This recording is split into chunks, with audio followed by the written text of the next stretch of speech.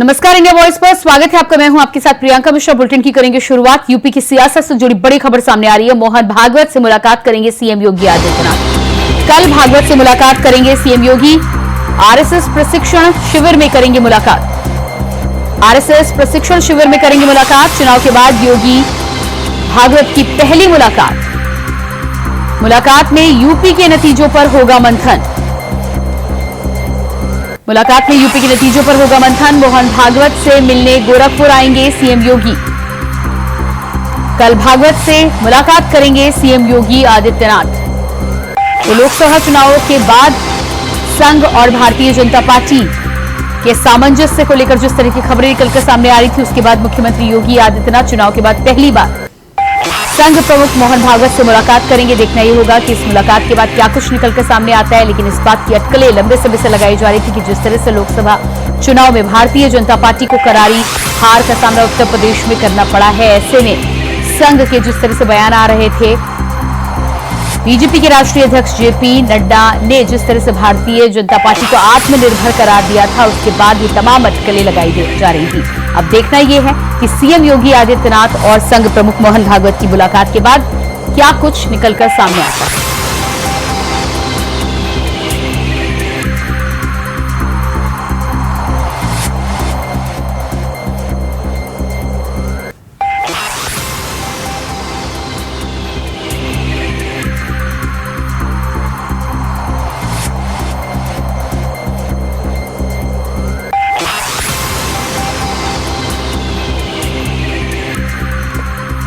तो चुनाव के बाद योगी और भागवत की पहली मुलाकात। संघ प्रमुख मोहन भागवत से मुलाकात करने के लिए गोरखपुर पहुंचेंगे सीएम योगी आदित्यनाथ।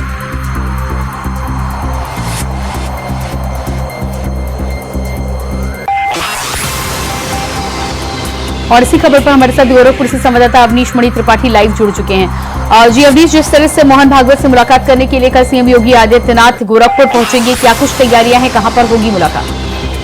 जी, अगर हम बात करें मोहन भागवत की, तो बीजेपी से नाराज मोहन भागवत जो है 5 दिवसीय दौरे गोरखपुर पे हैं। मोहन भागवत जी का कहना है कि 2027 विधानसभा चुनाव से पहले मैं जो है 2 प्रमुख टीम बनाऊंगा, जिसमें गठन करूंगा और हर गांव में संघ की टीम होगी, ताकि आने वाले 2027 के चुनाव में हर गांव में वर्ग लगाऊंगा और गांव-गांव जाकर के आरएसएस की टीम को जो है जागरूक करूंगा, संघ को और मजबूत करूंगा। क्योंकि इस बार वो बीजेपी से नाराज है।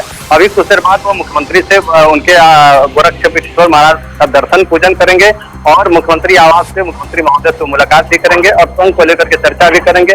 पहली मुलाकात उनकी आज मुख्यमंत्री से जो है गोरखपुर में। जी बिल्कुल, तो चुनाव के बाद पहली मुलाकात मोहन भागवत से मुख्यमंत्री योगी आदित्यनाथ की होनी है। तैयारियों को लेकर गोरखपुर में क्या कुछ चल रहा है और कार्यकर्ताओं में कितना जोश है? जी, अगर हम बात करें मोहन भागवत की, तो 5 दिवसीय दौरे पे हुए हैं और इस समय अगर व्यवस्थाएं जो है 4 चौबंद हैं। मोहन भागवत जी है जो है कि आरएसएस के जितने भी विद्यालय हैं वहां पे जाकर के वर्ग लगा रहे हैं, लोगों से बैठ करके बात कर रहे हैं और संघ को और मजबूत करने की जो है बात कर रहे हैं। लोगों के अंदर एक संघ की बात को लेकर के प्रेरणा जगा रहे हैं, क्योंकि इस बार वो बीजेपी से नाराज हैं। क्योंकि उनका ये कहना कहीं ना कहीं से संघ जो है गांव में जो है धरातल पे नहीं है, गायब होता नजर आ, इसलिए अपने वो संघ के सभी लोगों से जो है संघ को और मजबूत करने की अपील भी कर रहे हैं। जी बिल्कुल, तो एक तरफ संघ को मजबूत करने की अपील करें तो दूसरी तरफ लोकसभा चुनाव के दौरान जिस तरह से सामंजस्य में कमी देखी गई, आरएसएस और बीजेपी को लेकर राष्ट्रीय अध्यक्ष भारतीय जनता पार्टी के जेपी नड्डा ने यह भी कहा कि भारतीय जनता पार्टी आत्मनिर्भर है, जिसके तुरंत बाद से संघ नेताओं के द्वारा जिस तरह के बयान निकलकर सामने आ रहे हैं, क्या माना जाए कि मुख्यमंत्री योगी आदित्यनाथ कहीं न कहीं सामंजस्य में उसी कमी को दूर करने के लिए मुलाकात करने के लिए पहुंच रहे हैं? जी, जैसा आपने बताया कि मोहन भागवत की जो बीजेपी से नाराजगी है उसको दूर करने के लिए और मेल मिलाप को बढ़ाने के लिए मुख्यमंत्री महोदय जो है मोहन भागवत आरएसएस प्रमुख से मिलेंगे। और अब देखना यह कि क्या रणनीति बनाते हैं, क्या बात होती है, अभी कुछ ये जो है अभी ये तो चर्चा का विषय है। जी बिल्कुल, लंबे समय से ये जिस तरह से माना जाता था कि संघ हमेशा कदम से कदम मिलाकर भारतीय जनता पार्टी का मार्गदर्शन करता रहा है और आगे बढ़ाता रहा है, लेकिन इस चुनाव में जिस तरह की उत्तर प्रदेश में खासतौर से हार देखने को मिली है भारतीय जनता पार्टी को तमाम सीटों के बाद, उसके बाद क्या एक बार फिर से माना जा सकता है कि संघ के गाइडेंस के साथ और संघ के निरीक्षण के साथ एक बार फिर से भारतीय जनता पार्टी आगे बढ़ने की तैयारी में 2027 से पहले? जी बिल्कुल, क्योंकि संघ के जो प्रमुख हैं उन जैसे संघ में जो जिला प्रचारक होते हैं, प्रांत प्रचारक होते हैं, नगर प्रचारक होते हैं, उनको कहीं ना कहीं से जो सिटिंग विधायक सांसद जो हैं उनसे दुर्व्यवहार करते नजर आते हैं। इसलिए कहीं ना कहीं से संघ उनसे नाराज था और यही कारण था कि यूपी में जो है हार देखने का मुख मिला है। जी बिल्कुल। इसके अलावा लोकसभा चुनाव में वोटर की बात की जाए तो लंबे समय से विपक्ष भी इस बात का आरोप लगा रहा था कि उनके वोटर तो निकले लेकिन बीजेपी के वोटर नहीं निकले। क्या एक तरह से माना जाए कि भारतीय जनता पार्टी की तरफ से संघ के वो तमाम वोटर जो भारतीय जनता पार्टी के लिए प्रत्यक्ष और अप्रत्यक्ष रूप से काम करते थे, उनकी उदासीनता की वजह से इस हार का सामना भारतीय जनता पार्टी को करना पड़ा है? संघ के जो यहाँ कार्यकर्ता है या संघ के लोग हैं, उनकी न तो थाने पे सुनी जाती है, न शासन प्रशासन के बीच कोई हनक है, न सांसद विधायकों के बीच कोई हनक है। तो कहीं ना कहीं से उनका ये कहना है कि बीजेपी का झंडा हम ढोते हैं, संघ का कार्य हम करते हैं, बीजेपी को हम जिताते हैं, सरकार हम बनाते हैं। तो जब हमारी सुनी नहीं जाएगी तो हम क्यों उनके कदम से कदम मिला के चले? तो इसलिए यूपी में जो है संघ के जो कार्यकर्ता है, बजरंग दल के जो कार्यकर्ता है, निरंतर आए दिन कुछ न कुछ घटनाओं को लेकर के आवाज उठाते रहते, लेकिन कार्रवाई नहीं होती है। जिससे कहीं ना कहीं से संघ, बजरंग दल और अन्य जो भी है हिंदू सनातन धर्म के संघ चलाने वाले सभी लोग बीजेपी से नाराज दिख रहे हैं। जी बिल्कुल। तो नाराजगी की तो बात निकल कर सामने आई है। मुख्यमंत्री योगी आदित्यनाथ की मुलाकात के बाद क्या कुछ निकल कर सामने आता है ये तो आने वाला वक्त बताएगा, लेकिन उम्मीद जरूर ये की जा रही है कि भारतीय जनता पार्टी से जो गलती लोकसभा चुनाव में हुई है उसको सुधारने के प्रयास की शुरुआत हो चुकी है। लगभग उसी को सुधारने के लिए जो है मुख्यमंत्री महोदय जो है आज आरएसएस के संघ प्रमुख मोहन भागवत जी से मुलाकात करेंगे और आगे जो कमियां हैं उसको दूर करने का प्रयास करेंगे और आगामी आने वाले 2027 और विधानसभा के चुनाव की जो है तैयारी को और बेहतर और सुंदर ढंग से चलाने के लिए मोहन भागवत जी से वो मुलाकात करेंगे, ताकि जो इस बार यूपी में हाल हुई है विधानसभा के चुनाव में न हो। जी बिल्कुल। तो मुख्यमंत्री योगी आदित्यनाथ कल गोरखपुर पहुंच रहे हैं। संघ प्रमुख से मुलाकात करने के लिए कार्यक्रम की जो रूपरेखा तैयार की गई है, कहां कहां पहुंचेंगे और क्या साथ में किसी प्रकार की बैठक या सभा की भी जानकारी निकलकर सामने आ रही है? जैसे मोहन भागवत जी 2 दिवसीय दौरे पे, अभी 2 दिवसीय दूसरा दिन है उनका, लगभग 5 दिवसीय दौरे पे हैं। तो लगभग वो जितने वर्ग जो है, जितने भी संघ के विद्यालय हैं, वहाँ जगह जगह वर्ग लगाए जा रहे हैं। संघ के जो है कार्यकर्ताओं को जो है जगाया जा रहा है। संघ के कार्यकर्ता काफी बीजेपी से नाराज भी हैं, क्योंकि कुछ ऐसे वर्ग लगाने की जगह है जो आरएसएस के विद्यालय हैं, उसके बीजेपी के कुछ ऐसे बड़े नेता हैं जिनका कब्जा भी है। कहीं ना कहीं से उनको रहने की भी असुविधाएं होती हैं, क्योंकि जो नगर प्रचारक होता है, जिला प्रचारक होता है, उनको रहने के लिए संघ की एक जगह बनाई जाती है, लेकिन उस पर बीजेपी के या फिर कुछ बड़े उद्योगपतियों का जब कब्जा बन जाने के कारण ये इन सब बातों को भी लेकर के वो काफी नाराज है।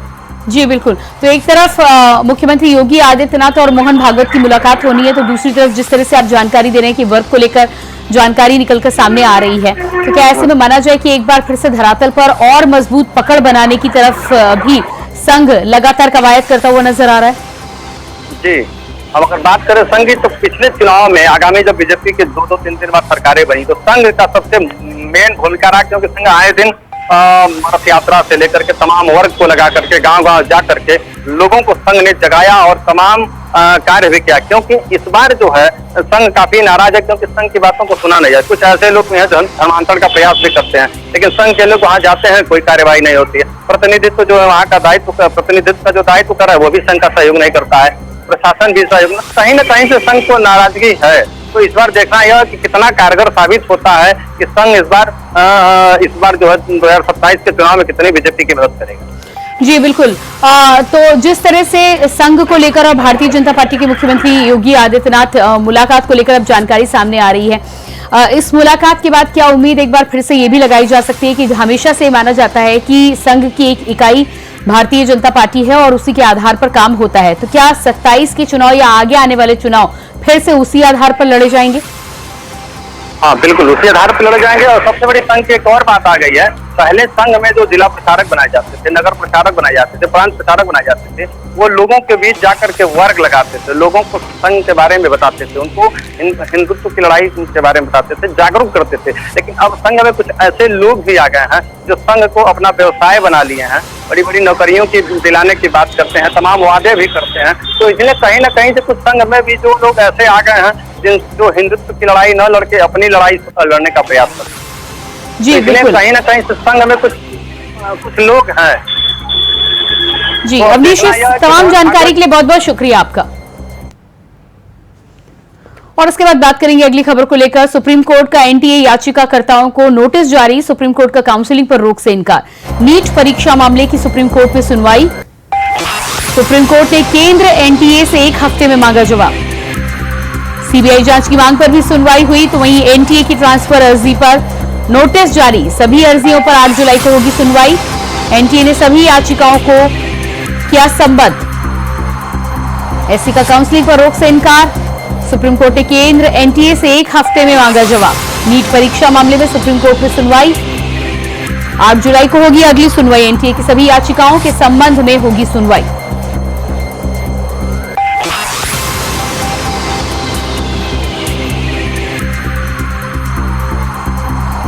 सीबीआई जांच की मांग पर होगी सुनवाई, सुप्रीम कोर्ट ने केंद्र एनटीए से 1 हफ्ते में मांगा जवाब। एनटीए की ट्रांसफर अर्जी पर नोटिस जारी। तो इस पूरे मामले में जिस तरह से 1563 छात्रों को ग्रेस मार्क्स देने को लेकर याचिकाएं दायर की गई थी, जिसके बाद अब सुप्रीम कोर्ट 8 जुलाई को तमाम याचिकाओं पर सुनवाई करेगा।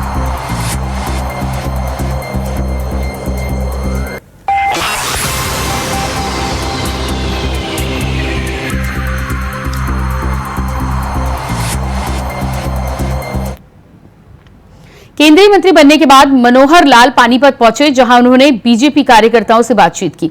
इस दौरान उन्होंने कहा कि हरियाणा से 3 लोगों को केंद्र में मंत्री बनाया गया है। मैं भरोसा दिलाता हूं कि राज्य से जुड़े काम किए जाएंगे, अगले 100 दिनों में कई काम पूरे किए जाएंगे।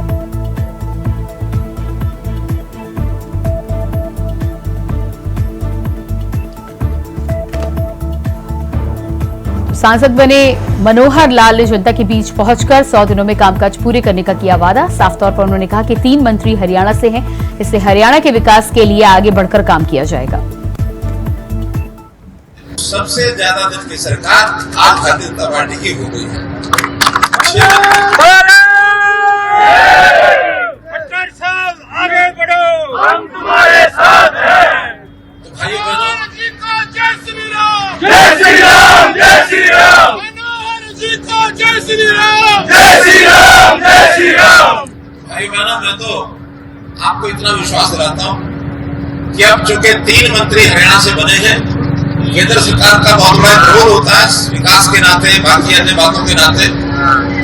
जितने यानी मेरे पास जो ऊर्जा मंत्रालय है या फिर विकास और ये शहरी विकास और आवास ये मंत्रालय है, ऐसे ही हमारे बाकी मंत्रियों के पास जो मंत्रालय है, इनके काम में तो कोई कमी आएगी भी नहीं।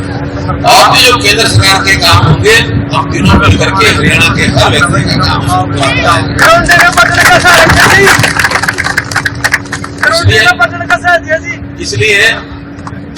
इसलिए अब जहाँ तक हरियाणा सरकार का विषय है, हमारे बहुत विषय आचार संहिता लगने से पहले पाइपलाइन में थे। 2-2.5 महीने में वो सारे विषय और अधिकारियों ने फाइलों में उसको पूरा किया, और हर दिन अगले 100 दिन में बहुत सी ऐसी नई बातें जो पूरी होकर के आपके सामने आएंगी। जैसे अभी मुख्यमंत्री जी ने हैप्पी योजना का शुभारंभ किया।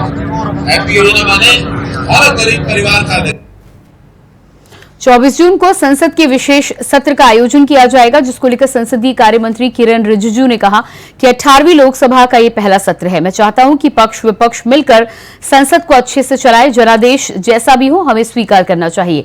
संसद सबका है, इसमें पक्ष विपक्ष नहीं है। चुनाव से पहले हमारी पार्टी ने एनडीए दल के साथ तालमेल करते हुए 400 पार का नारा जरूर दिया, लेकिन 400 पार तो नहीं हुआ, लेकिन एनडीए को पूरा बहुमत मिला है। अब चुनाव हो चुके हैं, संसद को चलाना पक्ष और विपक्ष के कंधों पर जिम्मेदारी है। लोकसभा और राज्यसभा में जितनी अधिक चर्चा होगी, बिल की गुणवत्ता उतनी ही बढ़ेगी। ये पहला सत्र 18वीं लोकसभा का हमारे कैबिनेट का निर्णय के बाद राष्ट्रपति जी ने समन किया है 24 जून से। और ये परंपरागत जैसे होते हैं पहले से, सबसे पहले मेंबर्स का ओथ होगा नए चुने हुए सदस्यों का, फिर लोकसभा अध्यक्ष का चुनाव होगा, फिर महामहिम राष्ट्रपति जी का अभिभाषण होगा। तो इसमें क्योंकि ये पहला सत्र है और मैं नए संसदीय कार्य मंत्री बने हैं, मैं चाहता हूं कि हम मिल करके संसद को बहुत अच्छी तरह से चलाएं। और जैसे भी मैंने पहले कहा है कि भारत के महान जनता ने अपना निर्देश दे दिया है, फैसला सुनाया है, और जनादेश जैसे होता है हमको स्वीकार करना है। हमारे पार्टी आदरणीय मोदी जी के नेतृत्व में एनडीए को बहुमत दे करके फिर से देश का संचालन करने का मौका दिया है, और हमारे बाकी विपक्ष के पार्टियों को विपक्ष में बैठ करके एक सकारात्मक भूमिका निभाने के लिए देश का निर्देश है। तो सबका बराबर योगदान होता है, पार्लियामेंट अकेला कोई चला नहीं सकता है, सब मिलकर के चलाना होता है। और जैसे आपने जो कही है कि विपक्ष के कुछ लोगों ने कहा कि सरकार को ठीक से चलने नहीं देंगे, पार्लियामेंट को अच्छी तरह से चलने नहीं देंगे, ये सही नहीं है। पार्लियामेंट सबका है, ये पक्ष विपक्ष नहीं है। ये भारत का संसद है, पार्लियामेंट ऑफ इंडिया है, ये देश का सबसे बड़ा पंचायत है। और यहाँ संख्या बल पर हम एक दूसरे को कुचलने का, दबाने का बात बिल्कुल नहीं करना चाहिए। चुनाव से पहले हमारे पार्टी ने एनडीए दल के पूरा तालमेल करके 400 पार का नारा जरूर दिया था। 400 पार नहीं हुआ, लेकिन अच्छी बहुमत एनडीए को मिला है।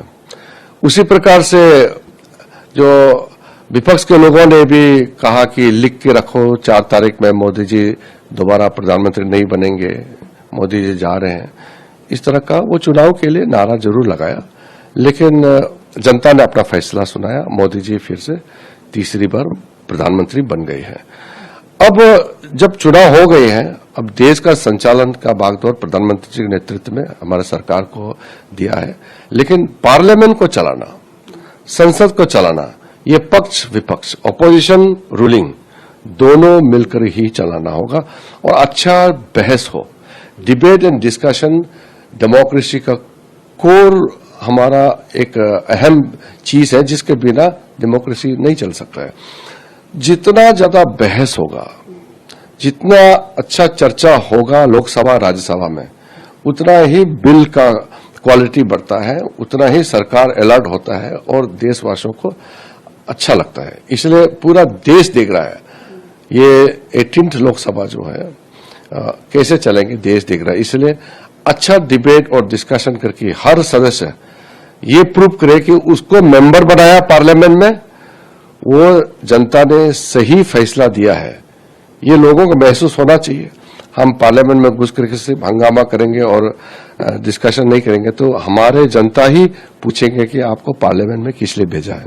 इसलिए मैं तो मानता हूं कि विपक्ष के साथियों का पूरा समर्थन मिलेगा और पार्लियामेंट किसी एक का नहीं, इसलिए सब साथ देंगे। मेरा उम्मीद है मैं सबसे भी मिलूंगा और प्रधानमंत्री जी का सबका साथ सबका विकास का मूल मंत्र को हम पहले से मानते आए हैं, आगे भी उसी मंत्र से बुलेटिन में फिलहाल रुकते हैं छोटे से ब्रेक के लिए, फौरन वापस लौटते हैं।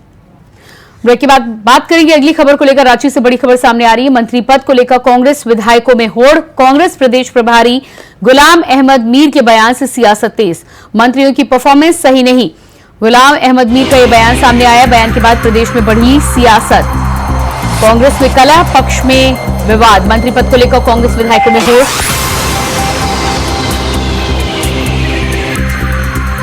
मंत्री पद को लेकर कांग्रेस विधायकों में होड़। ये बता दे रहे हैं, अगर कहीं भाजपा के लोग साजिश किया या क्वेश्चन पेपर लीक किया तो उसको हम छोड़ेंगे नहीं, याद रखिएगा। उम्र पार हो रहा है, अब सारा जो है नाकामी का ठिकाना हमारे माथे में फोड़ता है भाजपा के लोग। और ये भी हम बात करेंगे, मुख्यमंत्री से कहे हैं कि देखिए एग्जाम जब कंडक्ट कीजिएगा भाजपा का लड़का नहीं खुश हो सकता। ये लोग घुसेगा वहां फाड़ देता है, कॉपी दिखा देता है कि फर्जी पेपर से निकाल लेगा, और मार्क्स से निकाल के बाहर फाड़ देगा ताकि एग्जाम बाधित हो, एग्जाम सही तरीके से नहीं ले। लेकिन ये नहीं चलने दूंगा, इस बार बहाली होगा, युवाओं को रोजगार देंगे, नौकरी देंगे, और माँ बाप जो अपने औलाद के पैदा किया उसको हम लोग सम्मान। भारतीय जनता पार्टी पर टीका टिप्पणी करने के पहले कांग्रेस पार्टी के नेता इरफान अंसारी जी को अपने गिरबान में झांकना चाहिए। वो बार बार कांग्रेस पार्टी में कुछ भी होता है, इनकी सरकार में कुछ भी होता है, तो उसका सीधा आरोप भारतीय जनता पार्टी पर पड़ते हैं। अब बोल रहे हैं कि हमारे मंत्रियों को काम नहीं करने दे रहे हैं। अब ये तो यही कहावत है कि चले ना आवे आंगन टेढ़। अरे भाई, आपका अपना परफॉर्मेंस क्या है? जिस दिन से यह सरकार बनी है कांग्रेस और राजद के सहयोग से, जेएमएम की सरकार, यहाँ आप उठाकर देख लीजिए ये पूरे झारखंड का क्या राजनीतिक संस्कृति इन्होंने बना रखा है। कोई ऐसा सप्ताह नहीं है कि यहाँ घपले घोटाले का कोई न्यूज नहीं आता हो सरकार की ओर से। और ये बेतुकी बात हम लोगों पर बोलते हैं, भारतीय जनता पार्टी पर। इरफान अंसारी जी मानसिक दिवालियापन के शिकार हो चुके हैं, बार बार मंत्री बनने का ख्वाब देखते हैं कांग्रेस। और इसी के साथ इसी खबर पर रांची से हमारे साथ संवाददाता अजय कुमार पांडे जुड़ चुके हैं। जी अजय, जिस तरह से कांग्रेस के नेता इरफान अंसारी का बयान सामने आया है, उस पर भारतीय जनता पार्टी की तरफ से भी पलटवार किया गया है। इस पूरे मामले में अब क्या कुछ सियासत देखने को मिल रही है? देखिए, ये बिल्कुल ये है कि झारखंड में अभी मंत्री पद को लेकर के जद्दोजहद की लड़ाई चल रही है। यानी अब कांग्रेस में कौन मंत्री होंगे इसके लेकर के काफी चर्चा तेज है। लेकिन इसी चर्चाओं के बीच में आप देख सकते हैं कि जो कांग्रेस के प्रभारी हैं उन्होंने ये स्पष्ट कर दिया है कि जो कांग्रेस कोटे के मंत्री, यानी उन्होंने अपनी सरकार पर सवाल खड़ा कर दिया। उन्होंने कहा कि जो मंत्री हैं वो उनकी एक भी मंत्रियों को परफॉर्मेंस अच्छा नहीं है। तो निश्चित रूप से ये एक बड़ा सवाल है कि ऐसे में राज्य, अब चूंकि विधानसभा चुनाव होना है, ऐसे में जो सरकार लगातार जो भ्रष्टाचार से लेकर के तमाम जमीन घोटालों से लेकर के कमीशन खोरी के टेंडर मैनेज के मामले को लेकर के लगातार जो सरकार घेरती रही है, ऐसे में विधानसभा के चुनाव को सारा ठिकरा मुझे लगता है कि वो जेएमएम पर छोड़ना चाहती है। तो ये निश्चित रूप से एक नए दृष्टिकोण की तरफ से देखा जा रहा है कि क्योंकि विधानसभा चुनाव है, ऐसे में उन्होंने जो भी लोकसभा की पिछले दिनों लोकसभा की जो भी समीक्षा हुई, समीक्षा के दौरान जो भी उन्होंने स्पष्ट रूप से दावा किया है कि राज्य में हम 33 सीटों पर लड़ेंगे। ऐसे में जो सरकार की जो राज्य में बदनामी हो रही है, वैसे इस बदनामी से बचने के लिए उन्होंने स्पष्ट तरीके से कह दिया कि राज्य में किसी भी मंत्री का परफॉर्मेंस अच्छा नहीं है। तो निश्चित रूप से ये विपक्षों के लिए एक बड़ा सवाल भी है और राज्य सरकार के लिए भी एक बड़ी चुनौती में भी देखी जा रही है। जी बिल्कुल अजय, इस तमाम जानकारी के लिए बहुत शुक्रिया आपका। और इसी के साथ फिलहाल इस बुलेटिन में इतना ही। खबरों का सिलसिला जारी रहेगा। नमस्कार।